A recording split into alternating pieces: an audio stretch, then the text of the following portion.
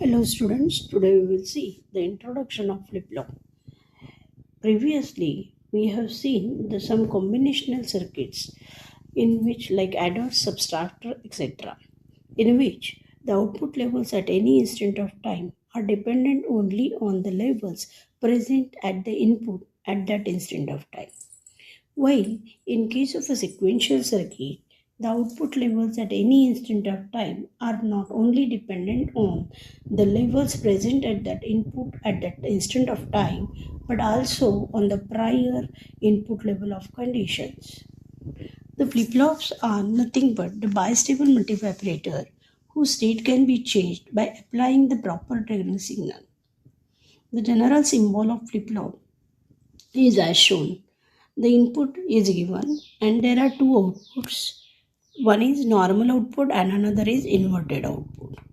Now before going to the next, we will see the difference between the latch and the flip-flop.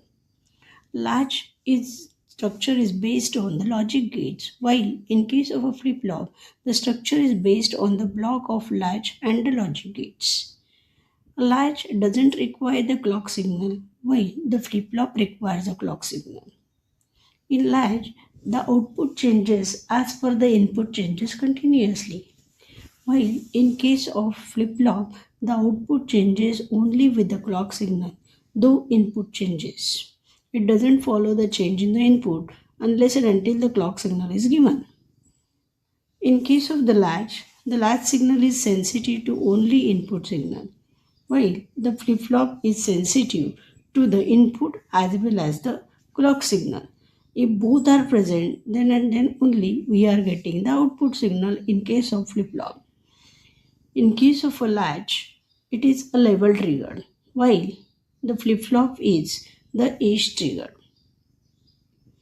As the latch is not able to save the single bit, it is not used in registers. While in case of flip-flop, as it is a single bit storage element, it can be used in the registers. In latch, as we are not giving the clock signal, it is a asynchronous circuit. While the flip-flop works on the clock signal, that's why it is a synchronous circuit. In case of the latch, it is giving the output as soon as we are applying the input. While in case of a flip-flop, we have to go for the clock signal. That's why the speed of the flip-flop is somewhat less than the latch. While in case of a latch, the design is somewhat complex. While in case of a flip-flop, the design is less complex in case of a latch. While in case of a flip-flop, the design is complex as it is a combination of the latch and the logic gates. Thank you. Thank you once again. We will see the SR latch in the next lecture. Thank you.